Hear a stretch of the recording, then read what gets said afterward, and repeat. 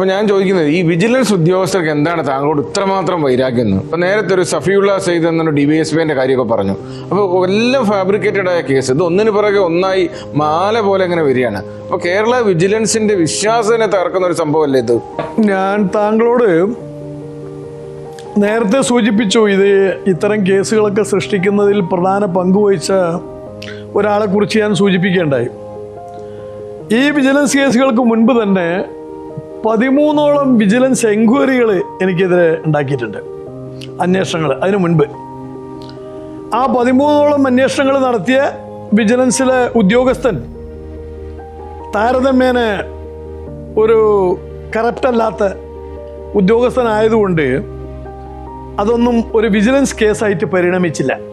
കാരണം അത് മുഴുവൻ ചില തൽപര കക്ഷികളുടെ നിക്ഷിപ്ത താല്പര്യത്തോടെ കൊടുത്ത പരാതികളും അതിൻ്റെ അടിസ്ഥാനത്തിൽ നടത്തിയ വിജിലൻസ് അന്വേഷണ ഉത്തരവുകളാണെന്ന് മനസ്സിലാക്കിയതോട് കൂടിയിട്ട് അത് പലതും അവിടെ അവസാനിപ്പിക്കാനുണ്ടായത്. അതിലൊന്നും തുടർ നടപടികൾ ഉണ്ടായില്ല. അദ്ദേഹം വാസ്തവത്തിൽ ഈ പരേതൻ്റെ ഒരു സുഹൃത്തും കൂടിയായിരുന്നു.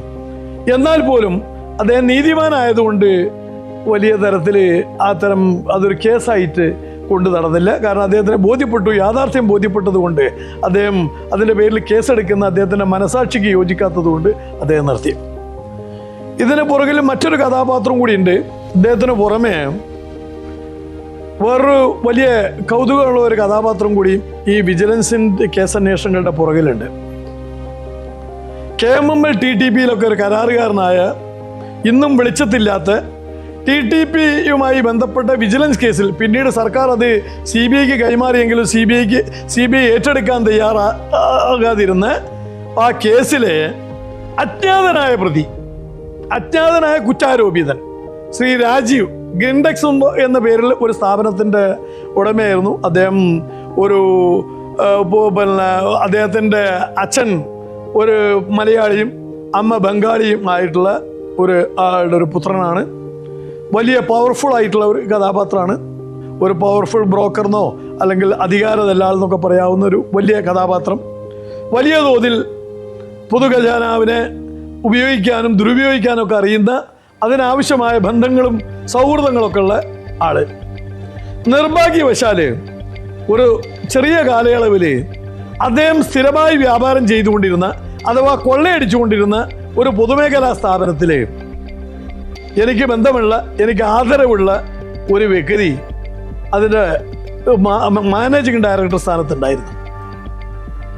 ആ വ്യക്തി ഇദ്ദേഹം പറയുന്ന രൂപത്തിൽ അദ്ദേഹത്തിൻ്റെ ട്യൂണിനനുസരിച്ച് ഡാൻസ് കളിക്കാൻ തയ്യാറായില്ല, കൊള്ളയ്ക്ക് കൂട്ടുനിന്നില്ല.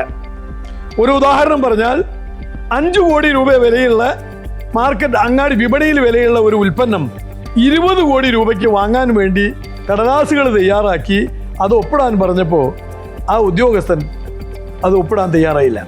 അദ്ദേഹത്തിന് മനസാക്ഷി അതിനെ അനുവദിച്ചില്ല. അഥവാ അത് സംബന്ധിച്ച് തുടർ കേസുകളിലും കാര്യങ്ങളിലും ഉൾപ്പെടാൻ അദ്ദേഹം തയ്യാറായില്ല. അതുമായി ബന്ധപ്പെട്ട് ഈ വ്യക്തി എന്നെ സമീപിക്കേണ്ടായി. താങ്കളുടെ സുഹൃത്തല്ലേ, താങ്കൾ വലിയ ബഹുമാനപൂർവ്വം പറയുന്ന ഒരു വ്യക്തിയല്ലേ, അദ്ദേഹത്തിനോട് ഈ കാര്യം ഒന്ന് സംസാരിച്ചു നോക്കൂ. അപ്പോൾ എനിക്ക് ഈ വിഷയം എന്താണെന്ന് അറിയില്ലായിരുന്നു. ഇദ്ദേഹം പറഞ്ഞു, ഇന്ന ഒരു കോൺട്രാക്റ്റുമായിട്ട് ബന്ധപ്പെട്ട ഒരു വിഷയമാണ്, താങ്കളൊന്ന് പറയൂ എന്ന് പറഞ്ഞ് ഇദ്ദേഹം ഒരു തുക എൻ്റെ കാറിൽ കൊണ്ടുവന്ന് വെച്ചു. അപ്പോൾ തുക വെറുതെ കിട്ടിയല്ലേ, ബുദ്ധിമുട്ടില്ലാത്ത ശുപാർശയാണെങ്കിൽ ശുപാർശ ചെയ്തിട്ട് കിട്ടിയ അതൊരു വലിയ സംഖ്യയാണ് അന്നത്തെ കാലത്ത്. ആ സംഖ്യ ഉപയോഗിക്കാമല്ലോ എന്ന് കരുതി ഞാൻ ആ ഉദ്യോഗസ്ഥനോട് ചോദിച്ചു, ഇങ്ങനൊരു വിഷയമുണ്ടല്ലോ, അദ്ദേഹത്തിനെ വല്ലതും സഹായിക്കാൻ പറ്റുമോ എന്ന് ചോദിച്ചു. അദ്ദേഹം എന്നോട് പറഞ്ഞു, ഇതാണ് അതിൻ്റെ യഥാർത്ഥ വസ്തുത. 5 കോടി, അതിന് 20 കോടിയാണ്, 15 കോടിയാണ് കൊള്ള. 5 കോടി 5.5 കോടിയാണെങ്കിൽ നമുക്ക് മനസ്സിലാക്കാം, ഗവൺമെൻറ്റൊക്കെ അയാൾക്ക് അനുകൂലമാണ്, സർക്കാരും ഭരണകൂടവും അദ്ദേഹത്തിന് അനുകൂലമാണ്. ആ നിലയ്ക്ക് വേണമെങ്കിൽ ഞാൻ എന്താ പറയുക, കണ്ണി ഇമാമായിരുന്നു. പക്ഷെ ഇത് 20 കോടിക്കും എല്ലാ ഉദ്യോഗസ്ഥരും എൻ്റെ കീഴുദ്യോഗസ്ഥരും ഒപ്പിട്ട് വന്നിട്ടുണ്ട്. പക്ഷെ ഞാൻ ഒപ്പിടില്ല. എന്നെ ഈ ജോലിയിൽ നിന്ന് നീക്കം ചെയ്യുന്നതിൽ എനിക്ക് ബുദ്ധിമുട്ടില്ല. ഞാൻ ഈ പദവി രാജിവെക്കാനും തയ്യാറാണ്. പക്ഷെ ഇതിൽ ഒപ്പിടാൻ വയ്യ. ഇനി രാധാകൃഷ്ണൻ എന്ത് പറയുന്നു എന്ന് ചോദിച്ചു. അപ്പം എനിക്ക് അദ്ദേഹത്തിനൊരു ജോലി വാങ്ങിക്കൊടുക്കാനും കഴിയില്ല. അദ്ദേഹത്തിൻ്റെ ഒരു വിജിലൻസ് കേസിൽ ഉൾപ്പെട്ടാൽ അതിൽ നിന്ന് രക്ഷപ്പെടുത്താനും കഴിയാത്ത സാഹചര്യം ഉണ്ടായതുകൊണ്ട് സാറ് എനിക്ക് വേണ്ടി അങ്ങനെ ഒരു സഹായം ചെയ്യേണ്ട കാര്യമില്ല. സാറ് നീതിപൂർവ്വം ന്യായമായ സാറിന് തോന്നുന്ന കാര്യവുമായിട്ട് മുന്നോട്ട് പോയിക്കോളൂ എന്ന് പറഞ്ഞ് ഞാൻ ഇദ്ദേഹത്തിനോട് എൻ്റെ നിസ്സഹായത വെളിപ്പെടുത്തി അദ്ദേഹം തന്ന പണം തിരിച്ചു കൊടുത്തു. ഈ കരാറുകാരനായ രാജീവിന് തിരിച്ചു കൊടുത്തു. ഇതിനൊക്കെ ജീവിക്കുന്ന സാക്ഷികളുണ്ട്. അപ്പോൾ ഇത് കൊടുത്ത് അദ്ദേഹത്തിന് അത് വലിയ പകയായി. അദ്ദേഹം വിചാരിക്കുന്നത് എന്തും അദ്ദേഹം അവിടെ ചെയ്ത കൊള്ളയുടെ അത് ഒരു പ്രത്യേക ഇന്റർവ്യൂ നടത്തേണ്ടതുണ്ട്. അത്തരം കാര്യങ്ങളൊക്കെയാണ് വലിയ വലിയ വലിയ കൊടും ക്രൂരതകൾ ചെയ്യാൻ അദ്ദേഹത്തിന് എല്ലാ ഭരണകൂട പിന്തുണയുള്ളതാണ്. ആ വ്യക്തി ഇത് വലിയ അപമാനമായിട്ട് ഏറ്റെടുത്തു. അന്ന് മുതൽക്ക് അദ്ദേഹത്തിന്റെ ശത്രുവായിട്ട് എന്നെ പ്രഖ്യാപിച്ചു. അദ്ദേഹത്തിന്റെ ധാരണ ഞാൻ വേണ്ട വിധം ഈ ഉദ്യോഗസ്ഥനോട് ശുപാർശ ചെയ്തില്ല, അദ്ദേഹം ഉദ്യോഗസ്ഥനിൽ സമ്മർദ്ദം ചെലുത്തിയില്ല, ഉദ്യോഗസ്ഥനെ കൊണ്ട് അദ്ദേഹത്തിന്റെ ആവശ്യമായ കാര്യം സാധിച്ചു കൊടുത്തില്ല എന്ന കാരണത്താൽ അദ്ദേഹം എന്നെ പ്രഖ്യാപിത ശത്രുവായിട്ട് പ്രഖ്യാപിച്ചു. മാത്രമല്ല അദ്ദേഹത്തിന്റെ ഭരണതലത്തിലുള്ള, ഉദ്യോഗസ്ഥ തലത്തിലുള്ള, സിവിൽ സർവീസ് തലത്തിലുള്ള എല്ലാ സ്വാധീനങ്ങളും, അതിനു പുറമെ ഈ പരേതന്റെ ഉന്നത ബന്ധങ്ങൾ, പരേതനെ കാണാൻ സിവിൽ സർവീസ് ഉദ്യോഗസ്ഥര് സാഷ്ടാംഗം നമസ്കരിക്കാൻ പാലക്കാട് വരാറുള്ള ആളുകളാണ്. അവരുടെ രണ്ടു കൂട്ടരുടെയും ശക്തമായ പിന്തുണയും പിൻബലവും ശക്തിയും സ്വാധീനവും ഉപയോഗിച്ചുകൊണ്ടാണ് ഉന്നതരായ ഉദ്യോഗസ്ഥരെ ഉപയോഗിച്ചുകൊണ്ട് എനിക്കെതിരെ ഈ വിജിലൻസ് കേസുകളൊക്കെ കൃത്രിമമായി ചമച്ചെടുത്ത്. ഇനി അതേക്കുറിച്ച് പറയുമ്പോൾ എന്താ പറയുക, പണ്ടേ ദുർബല പിന്നെ ഗർഭിണിയും എന്ന് പറയാവുന്ന രൂപത്തിൽ ഒരു സംഭവം കൂടി ഉണ്ടായി. നിർഭാഗ്യവശാൽ ഞാൻ മുൻ മുഖ്യമന്ത്രി സഖാവ് VS അച്യുതാനന്ദന്റെ ശത്രുപെട്ടികൾ ഉൾപ്പെട്ടുപോയി. അതിന് കാരണം ചില പ്രാദേശിക രാഷ്ട്രീയ നേതാക്കളും ഞാനുമായിട്ടുണ്ടായ അഭിപ്രായ വ്യത്യാസം. അവരെല്ലാവരും തന്നെ ഇദ്ദേഹത്തിന്റെ അരുമ ശിഷ്യര്, വത്സല ശിഷ്യരായിരുന്നു. അവര് പോയി ഇദ്ദേഹത്തിനോട് പറഞ്ഞു കൊടുക്കുകയാണ്. വളരെ മോശമായിട്ടുള്ള കഥകൾ എന്നെ കുറിച്ച് പറഞ്ഞു കൊടുത്തപ്പോൾ അദ്ദേഹവും എന്ത് കരുതി, എനിക്ക് അദ്ദേഹത്തിന്റെ നേർ വിപരീത ദശയിൽ പ്രവർത്തിച്ചുകൊണ്ടിരിക്കുന്ന അദ്ദേഹത്തിന്റെ പ്രസ്ഥാനത്തിലെ ചില പ്രവർത്തകരുമായുള്ള നേതാക്കളുമായിട്ടുള്ള എൻ്റെ ബന്ധം, അദ്ദേഹത്തിന്റെ മുഖ്യ ശത്രുവായിരുന്ന മറ്റൊരു രാഷ്ട്രീയ പ്രസ്ഥാനത്തിലെ ഉന്നത നേതാവുമായിട്ടുള്ള എൻ്റെ ബന്ധം, അതൊക്കെ ഇതിലേക്ക് എരിതിയിൽ എണ്ണ ഒഴിച്ചു കൊടുത്തു. അദ്ദേഹം എന്ത് തീരുമാനിച്ചു, ഇവരുടെയൊക്കെ സുഹൃത്തായ ഇവനെ ശരിപ്പെടുത്തിയാൽ ഇവൻ വഴി അവരിലേക്കൊക്കെ എത്താൻ കഴിയും എന്നൊക്കെ മറ്റാരൊക്കെയോ ധരിപ്പിച്ചു കൊടുത്തതിൻ്റെ അടിസ്ഥാനത്തിൽ അദ്ദേഹവും ഊർജിതമായി ഈ ഗ്യാങ്ങിൽ അല്ലെങ്കിൽ ഈ സംവിധാനത്തിന്റെ ഭാഗമായി മാറി. അതായത് എനിക്കെതിരെ തട്ടിക്കൂട്ടിയ അല്ലെങ്കിൽ ഉണ്ടാക്കിയെടുത്ത ഈ വൻ സന്നാഹത്തിന്റെ ഭാഗമായി ഒരു മുഖ്യമന്ത്രി കൂടെ ഉൾപ്പെട്ടപ്പോൾ എന്തായിരിക്കും സ്ഥിതി? പിന്നെ എൻ്റെ കാര്യം എടുക്കാനും നോക്കാനുണ്ടോ? ഞാൻ ഇന്നും ജീവിച്ചിരിക്കുന്ന മഹാത്ഭുതമാണ്. ഞാൻ ഇതുമായിട്ട് ബന്ധപ്പെട്ട് വിജിലൻസ് വകുപ്പിന്റെ ഉന്നത സ്ഥാനത്തിരിക്കുന്ന അക്കാലത്തിരുന്ന വ്യക്തിയെ പോയി കണ്ടു. ഞാൻ പോയി കണ്ട് ഈ സത്യസന്ധമായി ഈ മുഴുവൻ കഥകളും ഞാൻ അദ്ദേഹത്തിനോട് ഒരൊറ്റ കാര്യമാണ് ആവശ്യപ്പെട്ടത്. അദ്ദേഹത്തിനോട് പറഞ്ഞു, സാർ ഈ രേഖകൾ നിഷ്പക്ഷമായി ഒന്ന് പരിശോധിക്കണം, സത്യസന്ധമായിട്ടൊന്ന് സ്ക്രൂട്ടിനൈസ് ചെയ്യണം. ഇതിൽ ഞാൻ സമർപ്പിക്കുന്ന രേഖകൾ, കമ്പനിയിലുള്ള വിജിലൻസിന്റെ കൈവശമുള്ള രേഖകൾ ഞാൻ നിങ്ങൾക്കൊരു കോപ്പി തരാം. അത് പരിശോധിച്ചിട്ട് ഞാൻ കുറ്റവാളിയാണെങ്കിൽ എനിക്ക് തരാവുന്ന പരമാവധി ശിക്ഷ നൽകൂ. ഞാൻ ഈ കേസുകളെ ഡിഫെൻഡ് ചെയ്യില്ല, ഞാൻ വാക്കു തരുന്നു സാർ. മറിച്ച് ഈ പറയുന്നത് മുഴുവൻ കൽപ്പിച്ചു കൂട്ടി ഉണ്ടാക്കുന്നതാണെങ്കിൽ എന്നെ നീതിയുടെ പേരിൽ ഒരു വളർന്നു വരുന്ന ഒരു ബിസിനസ്സുകാരൻ എന്നുള്ള നിലയ്ക്ക് എന്നെ സഹായിക്കൂ സാർ. ഞാൻ യാതൊരു സത്യവിരുദ്ധമായ കാര്യവും ചെയ്തിട്ടില്ല, ഒരു ഖജനാവും കൊള്ളയടിച്ചിട്ടില്ല, ധർമ്മത്തിന് നിരക്കാത്ത ഒരു പ്രവൃത്തി ഞാൻ ചെയ്തിട്ടില്ല. സാർ ഇടപെടണം. ഇനി അതിനൊരു കൂലി ഫീസ് ഉണ്ടെങ്കിൽ ഞാനത് തരാമെന്ന് പറഞ്ഞു അദ്ദേഹത്തിനോട്. ആ വലിയ ഉദ്യോഗസ്ഥനോട് പറഞ്ഞു, താങ്കൾക്ക് അതിനൊരു ഫീസ് ഉണ്ടെങ്കിൽ സത്യത്തിന്റെ കൂടെ നിൽക്കാൻ താങ്കൾക്ക് എന്തെങ്കിലും തരേണ്ടതുണ്ടെങ്കിൽ അതുവരെ തരാൻ ഞാൻ തയ്യാറാണ്, പക്ഷേ എനിക്ക് നീതി നൽകണമെന്ന് പറഞ്ഞു. അദ്ദേഹം ഒരു കാര്യം പറഞ്ഞു, വളരെ സത്യസന്ധമായിട്ട് പറഞ്ഞു. താനിങ്ങനെ ഒരു കാര്യം പറഞ്ഞൊക്കെ വളരെ സന്തോഷമുള്ള കാര്യമാണ്. രണ്ട് കാര്യം. ഒന്ന്, താൻ സത്യങ്ങൾ പറയുന്നു, അതെനിക്ക് സന്തോഷം തോന്നി. സത്യത്തിന് താനൊരു വിലയിടുന്നു, അതും തോന്നി. കിട്ടിയ സന്തോഷമുള്ള കാര്യമല്ലേ, അപ്പൊ അതും തോന്നി. പക്ഷെ രാധാകൃഷ്ണ, ഇതൊന്നും അല്ല ഇതിന്റെ അടിസ്ഥാനം. എനിക്ക് മുകളിലുള്ള ആളുടെ ഇതിന്റെ അഡ്മിനിസ്ട്രേറ്റീവ് നിയന്ത്രണമുള്ള ആള് ഇടയ്ക്കിടയ്ക്ക് ചോദിക്കുകയാണ്, താങ്കൾക്കെതിരെയുള്ള കേസുകളുടെ സ്ഥിതി എന്തായി, എത്ര കേസുകൾ രജിസ്റ്റർ ചെയ്യാൻ കഴിയും? അത് ഉന്നത സ്ഥാനത്തിരിക്കുന്ന ഭരണകൂടത്തിൻ്റെ തലവന് ആ കാര്യത്തിൽ താല്പര്യമുണ്ട്. എത്ര കേസ് താങ്കൾക്കെതിരെ രജിസ്റ്റർ ചെയ്യാൻ പറ്റും എന്നാണ് ചോദിച്ചത്. താങ്കൾക്കെതിരെയുള്ള കേസുകളുടെ ഫയലുകൾ ഞാൻ പഠിച്ചിട്ടുണ്ട്. ഇതൊക്കെ വിചാരണ കോടതിയുടെ വരാന്തയിൽ വെച്ച് അവസാനിക്കേണ്ട കേസുകളാണെന്ന് എനിക്കറിയാം. കെട്ടിച്ചമച്ച കേസുകളാണെന്ന് എനിക്കറിയാം. രേഖകൾ മറച്ചു വെച്ചുകൊണ്ടും പൂഴ്ത്തി വെച്ചുകൊണ്ടും തയ്യാറാക്കിയ കേസുകളാണെന്നറിയാം. പക്ഷെ ഞാൻ നിസ്സഹായനാണ്. നീ വിചാരണ നേരിടൂ, നിനക്ക് ഈ കേസുകളിൽ നിന്നൊക്കെ മോചിതനാകും, വിജയം വരിക്കും. അതുവരെയുള്ള പീഡനം താൻ സഹിച്ചേ പറ്റൂ. എന്നെ സംബന്ധിച്ചിടത്തോളം സഹായിക്കാൻ കഴിയില്ല. ന്യായമായ സത്യസന്ധമായ ഒരു കാര്യത്തിന് സഹായിച്ച് വല്ലതും കിട്ടുന്നത് സന്തോഷമുള്ള കാര്യമാണ്. പക്ഷേ ഞാൻ നിസ്സഹായനാണ് എന്ന് ആ ഉദ്യോഗസ്ഥൻ എന്നോട് അക്കാലത്ത് പറഞ്ഞിട്ടുണ്ട്. അപ്പൊ ഈ വിജിലൻസിലെ ആളുകള് കൊട്ടേഷന്റെ അടിസ്ഥാനത്തിലായിരുന്നു സഫിയുള്ള സെയ്ദും ടീമൊക്കെ പ്രവർത്തിച്ച്. എന്തായിരുന്നു വിജിലൻസിന് എന്നോടുണ്ടായിരുന്ന വിരോധം എന്നുള്ളതിന് ഞാൻ ഈ പറഞ്ഞ വിശദീകരണം മതിയാവും, പര്യാപ്തമാവും എന്ന് വിശ്വസിക്കുന്നു. ഈ സഫിയുള്ള സെയ്ദ് എന്ന ഉദ്യോഗസ്ഥന്റെ പേര് ഇടയ്ക്കിടയ്ക്ക് എടുത്തു പറയണ്ടല്ലോ, എന്താണ് അദ്ദേഹത്തിനോട് ഇത്ര വ്യക്തിവൈരാഗ്യം പോലെ അദ്ദേഹം പെരുമാറിയിട്ടുണ്ടോ? എന്താണ് യഥാർത്ഥത്തിൽ ഇദ്ദേഹമായുള്ള പ്രശ്നം? ശ്രീ സഫിയുള്ള സെയ്ദ് എന്ന് പറയുന്നത് ഇപ്പോൾ റിട്ടയർഡ് ഉദ്യോഗസ്ഥനാണ്. അദ്ദേഹം DYSP ആയിരുന്നു. തൻ്റെ സേവനകാലത്ത് നിരവധി അച്ചടക്ക നടപടികൾക്കും ഹൈക്കോടതിയുടെ പ്രതികൂല പരാമർശങ്ങളും നിരീക്ഷണങ്ങൾക്കൊക്കെ വിധേയനായിട്ടുള്ള വ്യക്തിയാണ്. അദ്ദേഹം മലബാർ സിമെൻസിൻ്റെ ഈ കേസുകളുമായി ബന്ധപ്പെട്ട് തുടങ്ങുന്ന കാലത്ത് FIR രജിസ്റ്റർ ചെയ്യുന്ന വേളയിൽ അദ്ദേഹത്തിൻ്റെ കിങ്കരന്മാർ വഴി അദ്ദേഹത്തിൻ്റെ ശിങ്കിടിയായ പേരൊന്നും പറയാൻ അർഹനല്ല അയാൾ, അതുകൊണ്ട് അയാളുടെ പേര് ഞാൻ ഉച്ചരിക്കുന്നില്ല. ഈ കേസുകളുടെ മുഴുവൻ എഴുത്തുകുത്തുകൾ തയ്യാറാക്കുക, ഗൂഢാലോചനയിൽ പങ്കാളിയായ ഈ കേസ് ഉണ്ടാക്കുന്നതിന് വേണ്ടിയുള്ള ഗൂഢാലോചനയുടെ മുഖ്യ കഥാപാത്രം, ഇതിലെ വിറ്റ്നസ് സ്റ്റേറ്റ്മെൻറ്റുകൾ തയ്യാറാക്കുക, അതുപോലെ ഇതിലെ സാക്ഷികളെ ഭീഷണിപ്പെടുത്തുക, ഇങ്ങനെയൊക്കെ ചെയ്തൊരു കഥാപാത്രമുണ്ട് ഇദ്ദേഹത്തിൻ്റെ ഒരു അനുചരൻ, ഒരു കിങ്കരൻ. അദ്ദേഹം വഴി ഒരു മെസ്സേജ് എനിക്ക് തരികയാണ് തമ്മിലൊന്ന് കാണേണ്ട കാര്യത്തെക്കുറിച്ച്.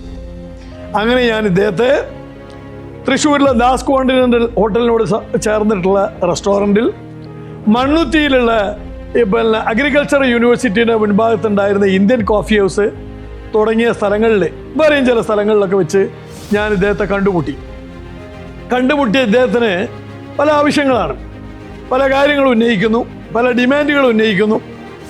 അന്ന് അദ്ദേഹത്തിനോട് ഞാനൊരു കാര്യം പറഞ്ഞു. വാസ്തവത്തിൽ ഞാൻ മലബാർ സിമെന്റ് എന്ന കമ്പനിയെ തോൽപ്പിച്ചിട്ടുണ്ടെങ്കിൽ, 1 രൂപയുടെ നഷ്ടം വരുത്തിയിട്ടുണ്ടെങ്കിൽ താങ്കൾ കേസുമായിട്ട് മുൻപോട്ട് പോകും. എനിക്ക് ആ കാര്യത്തിൽ യാതൊരു പ്രശ്നവുമില്ല. മറിച്ച് ഞാൻ സമർപ്പിക്കുന്ന രേഖകൾ, അല്ലെങ്കിൽ താങ്കൾക്ക് അറിയുന്നതും താങ്കൾ മറച്ചു പിടിക്കുന്നതുമായ രേഖകളുടെ പകർപ്പുകൾ ഞാൻ തരാം.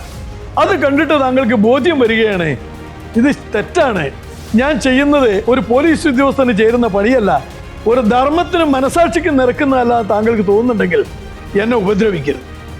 അതിനെന്താണ് താങ്കളുടെ ഫീസ്? അത് ഞാൻ തരാൻ തയ്യാറാണ്. ഇതായിരുന്നു ഞാൻ അദ്ദേഹത്തിനോട് ഉന്നയിച്ചത്. ഇദ്ദേഹം സമർത്ഥമായി എന്നോടൊരു കാര്യം പറഞ്ഞു.